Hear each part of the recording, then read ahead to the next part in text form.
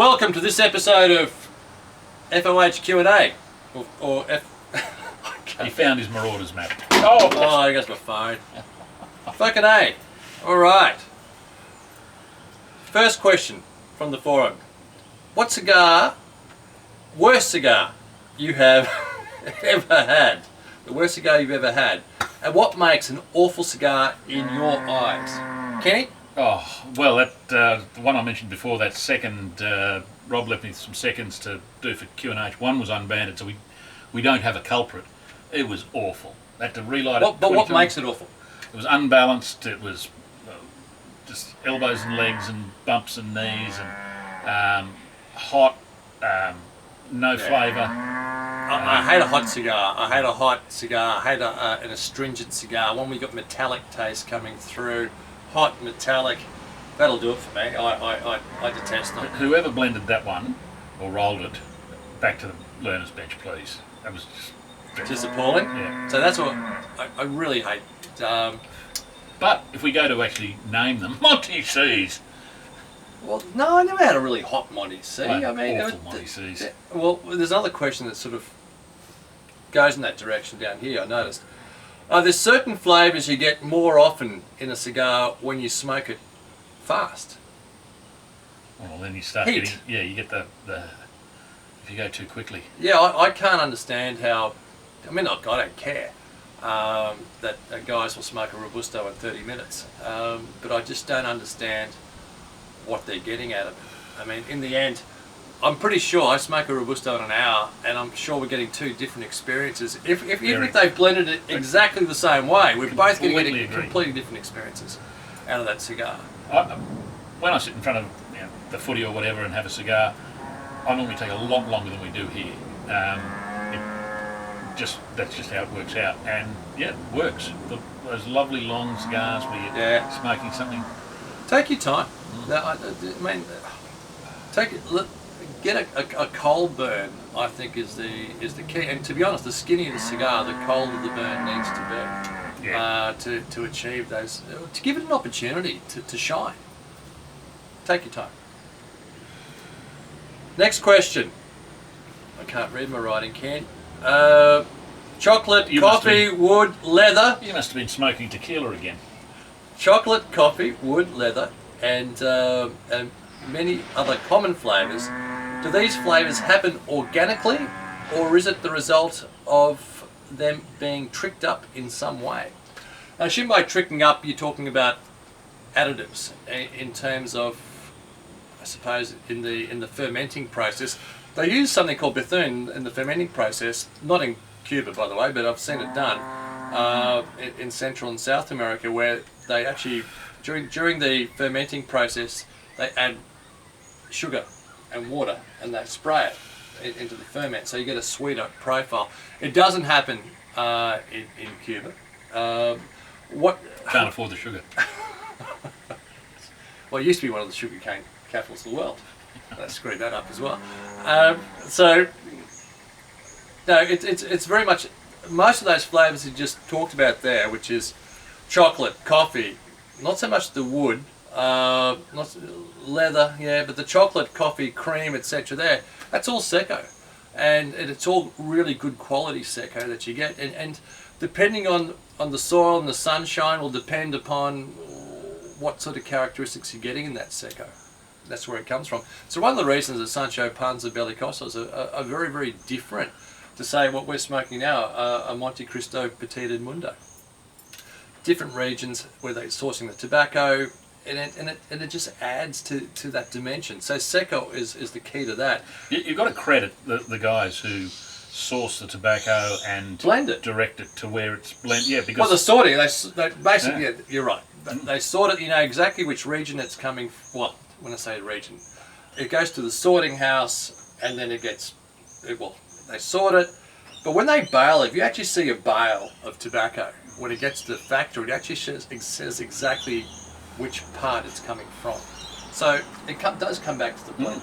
Yeah, and it works. That is some magic. When you get a great cigar, it is just absolutely magic. So which cigar was better, the Monte Cristo Open or the Hoy de Monterrey Anejado? that's a tough one. Using the term better is the hard part there. Which was worst? Which was worse? Do you bring in value? Well, yeah. I think the Hoy de Monterey and the Hardor was an absolute abject fail. Only because there was so much expectation around it. I mean... But that whole program has underwhelmed. And it's It the has. one program that does underwhelm. And there's no question, they won't take any questions in that program either. So... Not even my possum liked the one I threw out. Look, Monte Cristo opens. I've had a few recently. Because I had to.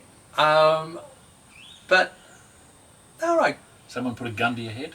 No, I've been away overseas, and you know when people offer you a cigar, Yep. and Gee, they're feeling good now at having offered you a Monte.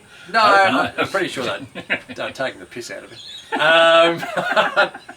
And I have heard that that they have tweaked the blend on that a few years back now, and they are better. But so when's the last one I had? Last one I had was in London. It's only 6 weeks ago, less than 6 weeks ago. It was an Eagle.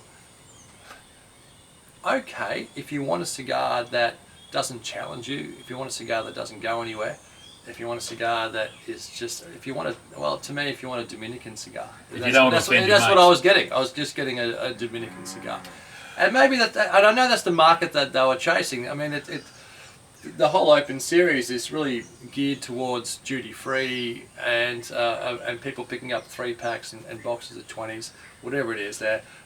And it's not going to offend anyone. I think they're getting a really good experience. So, but I don't really think Monte Cristo Opens are geared towards, and I hate using the term connoisseur, they're not geared towards people actually know their cigars or love their Cuban tobacco, and love their Cuban tobacco and all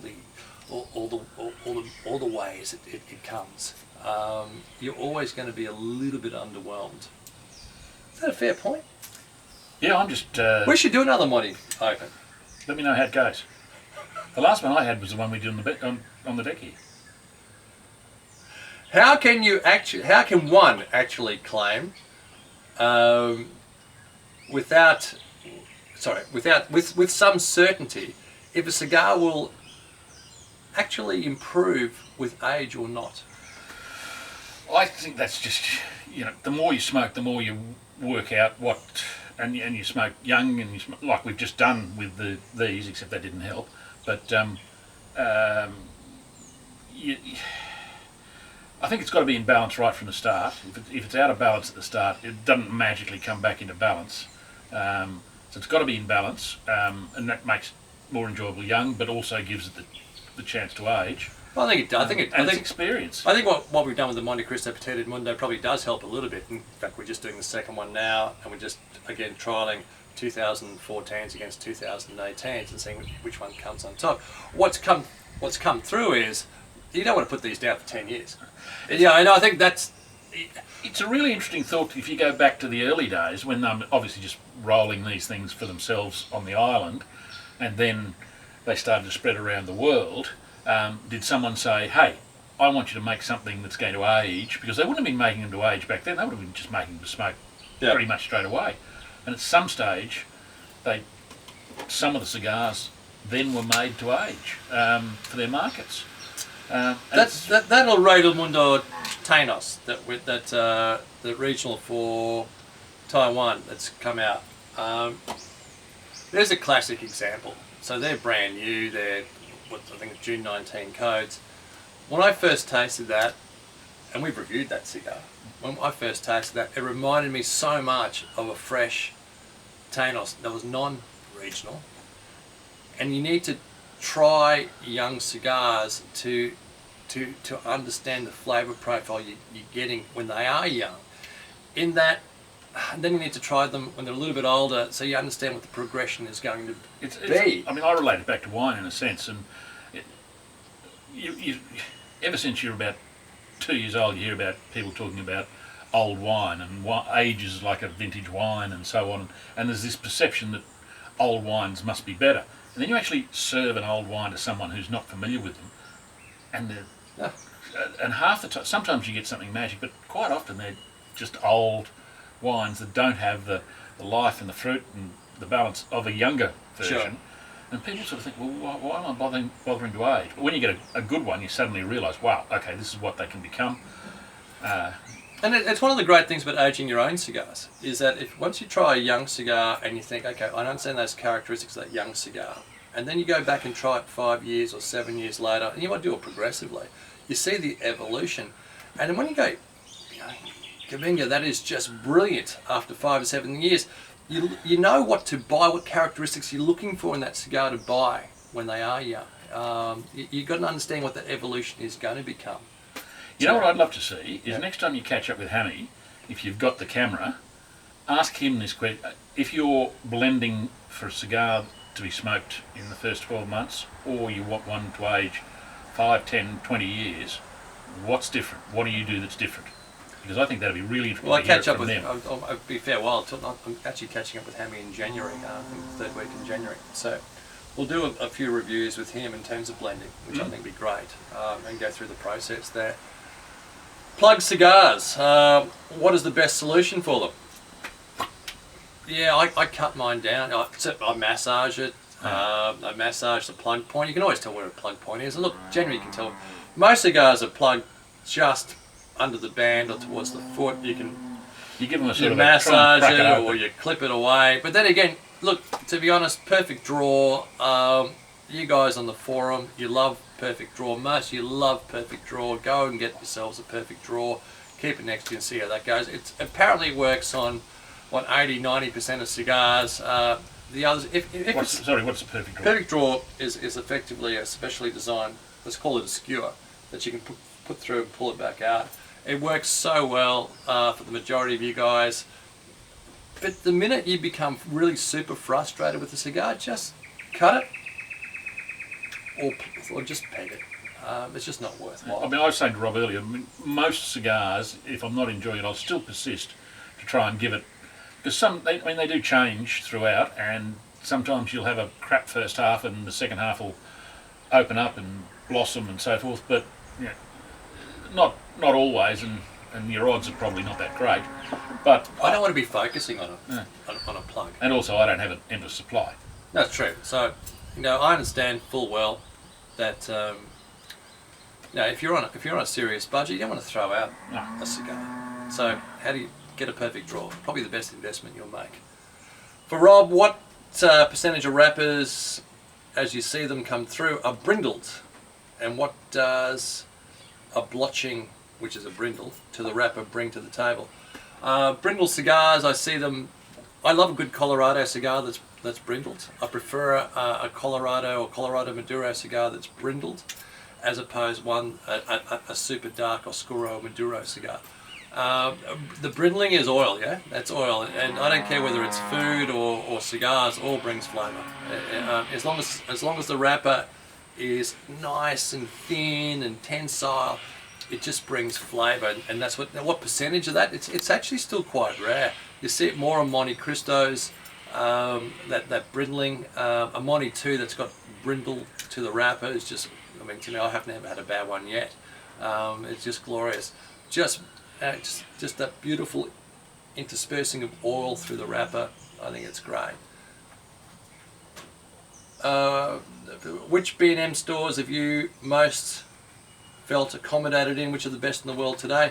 I think most B&M bricks and mortar cigar stores in the world are pretty good. What I detest, though, is being followed around the store. As if you're going to steal something. God, that pisses me off no end. I've seen you before. No. That was uncalled for. That was really uncalled for. I do remember down at the Fox Studios going into that little cigar store, and they had them at 50%. The community? Yeah. I said, are you sure this is what you want? Yep, this is the perfect. And I thought, ooh, okay, perhaps not. There are some great stores around the world. There's some fantastic ones. I love La Casa de Habanos, obviously. And if Fox Studios want to sue... I don't think they've got a cigar store anymore, do they? I don't know. Hopefully not. Look, there's some great stores in Canada. I love Canadian cigar stores. There's some great stores in the United States too. Look, Havana, I love I mean, I love going to Havana. The LCDH is there, but often they're way too humidified. They're 80%. And then you can still see the beetles jumping around most of the shelves. It can be hit and miss. JJ Fox, and I mean, London's very hard to beat. I love Hong Kong. Ireland. Sorry, just you mentioned JJ Fox. I'm just thinking of the. And the Wallabies commiserate with the Irish for the exit. You're worse from the World than Cup. us. Yeah, no, they're not worse than us, surely. They got a bigger flogging. Do we get to play each other for oh God, I'd love to see that. We're now third-tier nations. Behind Japan. Anyway, back to the cigar. Well, so Sorry, Stu. it's far more common to have a great experience in a custom Habanos than just have a poor one, I think. It doesn't really matter where Some you are better than others, though. Some are better than others, but I think, you know, I mean, I was just in Belgrade recently, and The noise you can hear is the name dropping. I didn't mention any names. I was in Belgrade.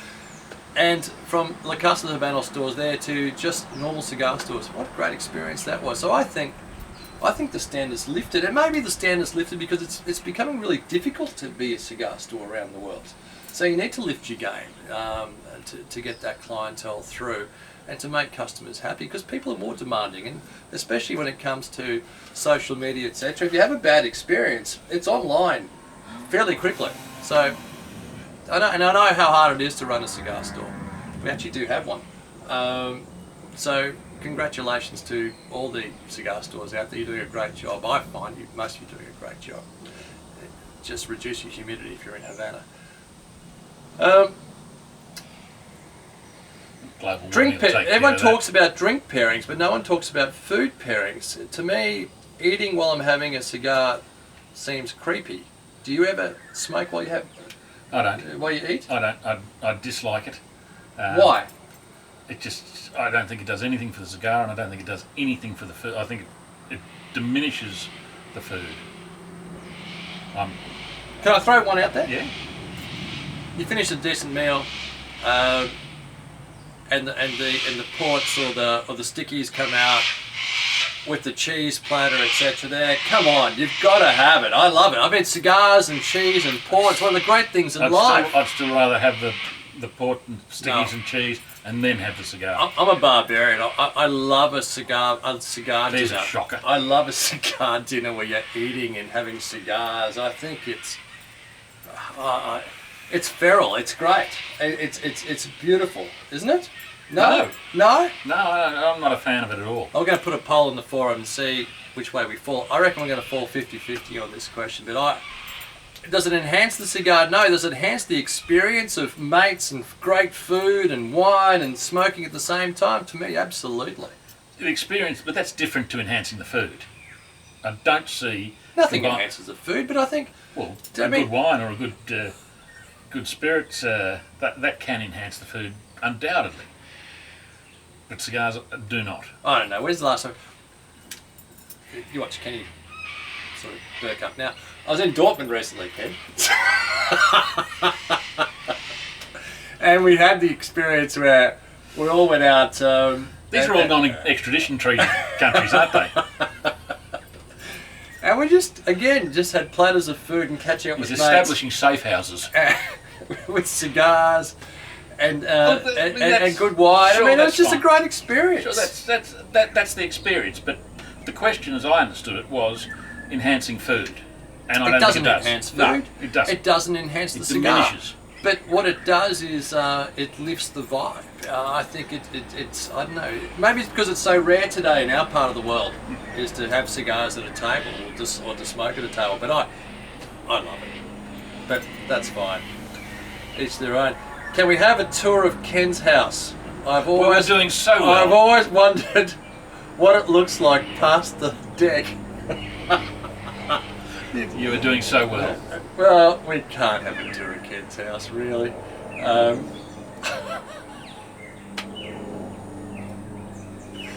It is a lovely establishment, but no, we won't be doing that today or any other day. It's basically... It has seen its best. It's basically endless boxes of wine and endless books all over the floors. Literally.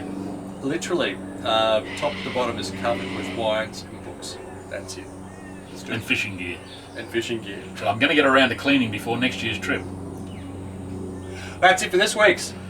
Oh, we got so Fucking A. close. We got Yeah? so close. Hey? Excellent. So we'll do this again next week. Look forward to it. Cheers.